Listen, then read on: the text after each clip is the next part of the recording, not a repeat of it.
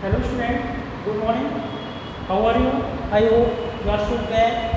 Today we will discuss about in history the first chapter writing and city life.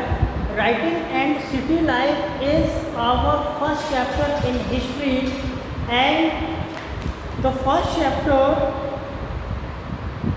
early societies have already deleted and nomadic empires have already deleted and confirmation of cultures have already deleted. So this is our first chapter in history, writing and city life. Student, be here oftenly that today is science age, and in ancient time the pupil of that time does not know about the science, but it is wrong, because we study in this chapter civilization, we remember our tradition, civilization, customs, and history tells us about our civilization, history tells us about our past, history tells us about our custom, traditions. So the first chapter, writing and city life, in this chapter we discuss about the Mesopotamia. Mesopotamia is a specific region of Iraq region. याद रखिएगा, Iraq क्षेत्र के बारे में पढ़ रहे हैं। तो ये हमारा पहला चैप्टर है बेटा। मेसोपोटामिया ये कहाँ पे पड़ता है बेटा? इराक में पड़ता है। तो ध्यान से सुनिएगा, ये पहला चैप्टर जो मेसोपोटामिया है, what do you understand by the words of Mesopotamia? Then our answer is Mesopotamia is a Greek word which literally means the land between the two rivers. It was so called because the whole area was flanked by the rivers Tigris and Euphrates. The four important centers of this civilization, fourth important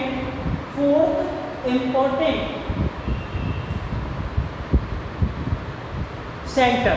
How many centers in this Mesopotamian civilization? So your answer is 4 centers, and we know that there are only 4 directions. Main direction is 4: north, south, east, west, and the 4 cities of Iraq, especially Mesopotamia, located in these north-south directions. That is Sumer. The first is Sumer, and the second is Babylonia. Babylonia. First is Sumer and second is Babylonia. And the third is Akkad and fourth is Assyria.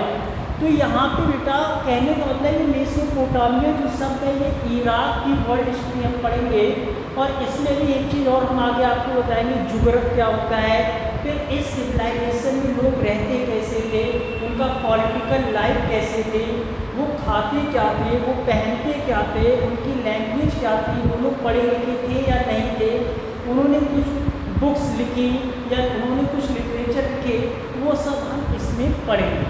तो ये civilisation हमको ये याद रखना चाहिए कि Mesopotamia जो नाम लिखा हुआ है बेटा, ये इराक की लैंग्वेज में वहाँ एक वर्ड है जो यूज़ होता है वाटर के लिए, एक पानी शब्द के लिए यूज होता है बेटा। तो देखिएगा ये कह रहा है कि Mesopotamia is a Greek word, कि मेसोपोटामिया एक यूनानी शब्द है, ग्रीक को हम यूनानी बोलते हैं, और विच literally means the land between the two reverse. ये एक ऐसी भूमि को प्रदर्शित करता है, लैंड मीन्स भूमि या जमीन, अर्थात वो जमीन कैसी है? बिटवीन द टू रिवर्स, अर्थात 2 नदियों के बीच का जो प्लेस है उसको हम मेसोपोटामिया कहते हैं। That's clear? उसको हम क्या कहेंगे?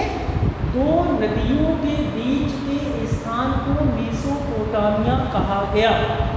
और आगे लिखा हुआ है कि it was so called because, और इसको ये भी बुलाया जाता था क्योंकि the whole area was flank, जो टोटल एरिया का जो क्षेत्रफल था, एरिया था, वो फ्लैंक हुआ था, कवर हुआ था बाय द रिवर्स। किससे ढका हुआ था चारों ओर से? वो नदियों से घिरा हुआ था वो स्थान। तो कह रहा है कि आपको नदी कौन सी बोलता है? Tigris and Euphrates. Tigris and Euphrates ये रिवर्स नेम है। अभी मैं आपको इसकी हिंदी बताऊंगा कि इसको और क्या नाम दिया गया है टिग्रिस के लिए।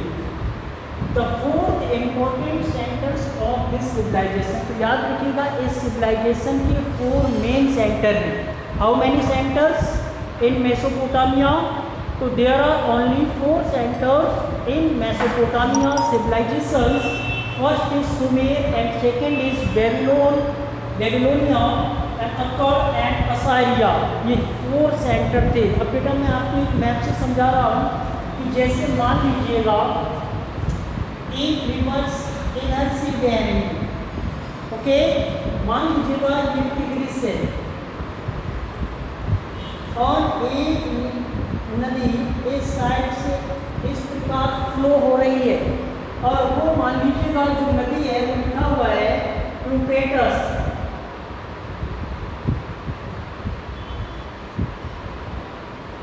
तो the land between two rivers is called as Mesopotamia, Tigris and Euphrates। इसको हिंदी में बेटा हम कहते हैं दजला एवं फरात।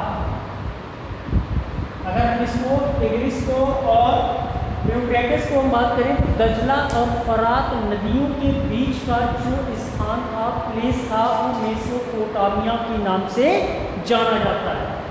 और जितनी भी बेटा we see that in history, especially ancient history of the world, many civilization is grown up between the 2 rivers। नदियों के बीच में ही जो स्थान है वहीं पर हम सिविलाइजेशन को पाते हैं। और उस सिविलाइजेशन में हमको केवल क्या याद रखना होता है कि their social culture, their political culture, their economic culture या economic status and their daily life. So Mesopotamia इसमें पहला है राइटिंग एंसिटी कि इन्होंने लिखने का काम भी किया। इसी युग में इस सिविलाइजेशन में हम ये भी पढ़ेंगे कि इन्होंने क्या क्या लिखा। क्यों? क्योंकि many many years ago, about near 5000 BCE, the people had no any knowledge for writing and reading, so that is civilization is especially related to writing and city life। आज देखते हैं बेटा कि हम सिटी में रहते हैं, लेकिन अभी तक हमको ये बताया जाए कि थोड़े दिनों पहले तक केवल गांव ही गांव थे और हमने अब डेवलप किया है कि हम शहर में रहते हैं। लेकिन इट इज़ रॉन्ग। अगर हम 5000 BC में जाते हैं तो हमको वहाँ भी सिटी लाइफ देखने को मिलती है। तो सोचिए our city life is in ancient time also available in Mesopotamia region. That's clear बेटा। नेक्स्ट वीडियो में हम इसके आगे इस सिविलाइजेशन में क्या क्या कैरेक्टरिस्टिक्स थी वो हम पढ़ेंगे, क्योंकि इस चैप्टर में केवल यही बताया है कि मेसोपोटामिया का अर्थ क्या है। इसमें एक जुगरत होता है, वो एक जस्ट लाइक अ टेम्पल, और इसके बाद हम इनके political life, economic life, social life और फूडिंग लाइफ पे डिस्कस करेंगे। Thanks for watching. ओके बेटा, और ये आप शॉर्ट स्क्रीन ले लीजिएगा। शॉर्ट स्क्रीन के बाद this is the meaning of Mesopotamia and write down in your fair copies. Understand? Okay, बेटा।